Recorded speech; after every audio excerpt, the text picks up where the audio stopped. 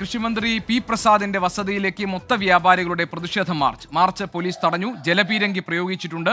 മേഘന മുരളി തിരുവനന്തപുരത്ത് നിന്ന് വിവരങ്ങൾ നൽകാനുണ്ട്. മേഘന, ഈ മാർച്ച് പോലീസ് തടഞ്ഞിട്ടുണ്ട്. മാർച്ച് ജലപീരങ്കി പോലീസ് പ്രയോഗിച്ചു എന്ന് അറിയുന്നു. എന്താണ് മറ്റു വിവരങ്ങൾ? എന്താണ് അവരുടെ മുദ്രാവാക്യം?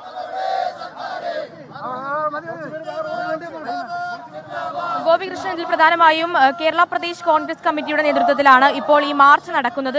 3 തവണ ജലപീരങ്കി പ്രയോഗിച്ചു. അതിനുശേഷം ഇപ്പോൾ കർഷകർ റോഡ് ഉപരോധിക്കുകയാണ്. അതിൽ പ്രധാനമായും ഇവരുടെ ആവശ്യം എന്ന് പറയുന്നത് ഈ കാർഷിക വിളകൾ ഈ ഹോർട്ടികോർപ്പിൽ സംഭരിക്കാത്തൊരു വിഷയം ഇവർ കാലാകാലങ്ങളായി പറയുന്നുണ്ട്. അത് തന്നെയാണ് ഇവരുടെ ഏറ്റവും പ്രധാനപ്പെട്ട വിഷയമായി മാറുകയും ചെയ്യുന്നത്. അതിൽ ഈ നെടുമങ്ങാട് രാജ്യാന്തര മാർക്കറ്റുകളിലടക്കം ഈ കർഷക വിളകൾ സംഭരിക്കാത്തതുമായി ബന്ധപ്പെട്ട് മാർച്ച് 31 വരെ മാത്രമേ കാർഷിക വിളകൾ സംഭരിച്ചിട്ടുണ്ടായിരുന്നുള്ളൂ.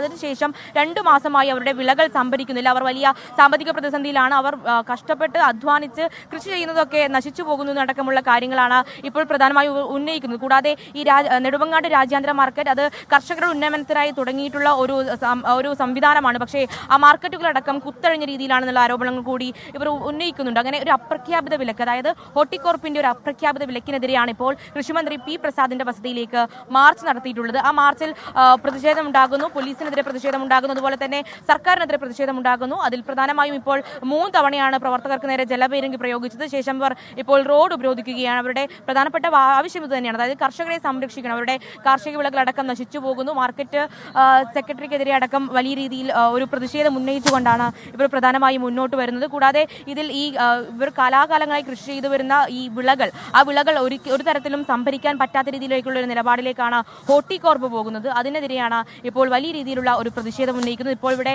റോഡ് ഉപരോധിക്കുകയാണ്. അവരുടെ ആവശ്യം നിറവേറാതെ, അല്ലെങ്കിൽ സർക്കാരിന്റെ ഭാഗത്ത് നിന്ന് എന്തെങ്കിലും തരത്തിലൊരു ആവശ്യം നിറവേറാതെ അല്ലെങ്കിൽ പരിഗണിക്കാതെ ഈ സമരം അവസാനിപ്പിക്കില്ല, പ്രതിഷേധം തുടരും. അത് കഴിഞ്ഞ 2 മാസമായി തന്നെ ഇവർ പ്രതിഷേധിക്കുന്നുണ്ട്. ആ പ്രതിഷേധത്തിന്റെ തുടർച്ചയാണ് ഇപ്പോൾ പി പ്രസാദിന്റെ വസതിയിലേക്കും മാർച്ച് നടത്തിയത്.